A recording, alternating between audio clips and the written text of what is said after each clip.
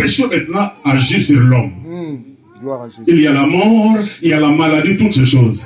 Mais maintenant, à partir du livre de Matthieu, Dieu ouvre l'étape maintenant de la régénération. Amen. Amen. Donc la génération, la dégénération et la régénération. Nous sommes les gens de la saison de la régénération, pas de la dégénération. Alléluia. Come on, Daddy, say it again, please. Ok. Yeah. C'est de veut dire, dis-le encore. Il y a la génération. Dieu crée son monde, un monde beautiful, nice, joli, pas de péché, pas de corruption. Une relation étroite entre Adam et Dieu par le biais du Saint-Esprit. Le Saint-Esprit qui est avec Adam dans les jardins de Dieu pour lui enseigner les choses du ciel.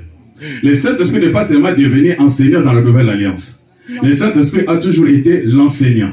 C'est lui qui enseignait Adam concernant les choses d'en haut. Amen. Parce que Adam fonctionne dans le royaume de Dieu. En fait, jardin d'Éden, c'est tout simplement Dieu allonge son cordage. Il a grandi derrière sa tente. Il dit, j'aurais pris seulement ma résidence dans le monde invisible. Je vais maintenant allonger mon territoire. Je vais maintenant avoir un territoire, mais visible. C'est comme une colonie. Le roi Baudouin, c'est pas le roi Baudouin, le roi Léopold II, il décide de coloniser Congo. Donc Congo devient propriété privée de Léopold II. Donc Dieu ordonne qu'il y ait une colonie appelée Terre, mais c'est Dieu qui est le propriétaire. Amen.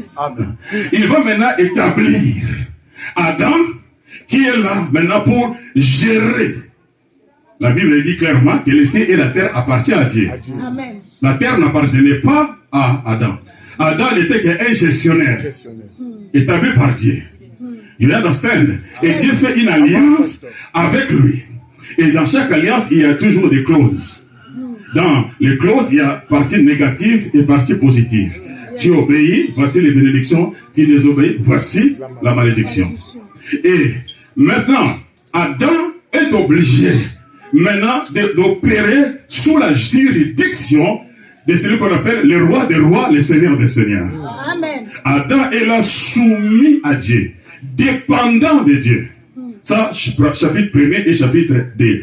Troisième chapitre, Adam réclame son indépendance. Good God Almighty. Or, dans le fonctionnement du royaume, le roi ne peut pas régner, c'est-à-dire il est assis sur son trône, le roi Léopold II, il est assis sur son trône en Belgique. Maintenant, il colonise le Congo. Il ne peut partager son trône avec le Congo. Non. Le roi ne règne que sur un seul trône. Maintenant, au Congo, il doit envoyer un administrateur, un gouverneur. Voilà, comment on les appelle. Le gouverneur, il est proche du roi. Il connaît la pensée du roi. Il connaît la politique du roi. Il connaît le fonctionnement du royaume, le comportement du royaume, le langage du royaume, l'habillement du royaume. Lui, maintenant, il vient pour transformer la ville ou le pays colonisé à l'image du royaume. Amen. C'est ce qui est passé au Congo. C'est-à-dire, au Congo, en Belgique, on dit 90. Au Congo, on dit 90. C'est-à-dire le langage de la Belgique devient le langage du Congo.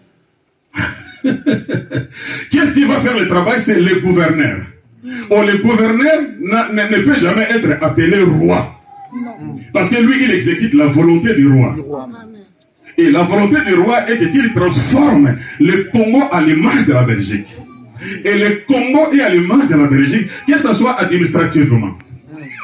L'habillement avait changé. Et on a eu des bourgmestres chez nous, comme en Belgique. C'est-à-dire, tout ce que vous voyez en Belgique, vous le trouvez au Congo. Donc le gouverneur, son travail était de transformer le Congolais à l'image des Belges.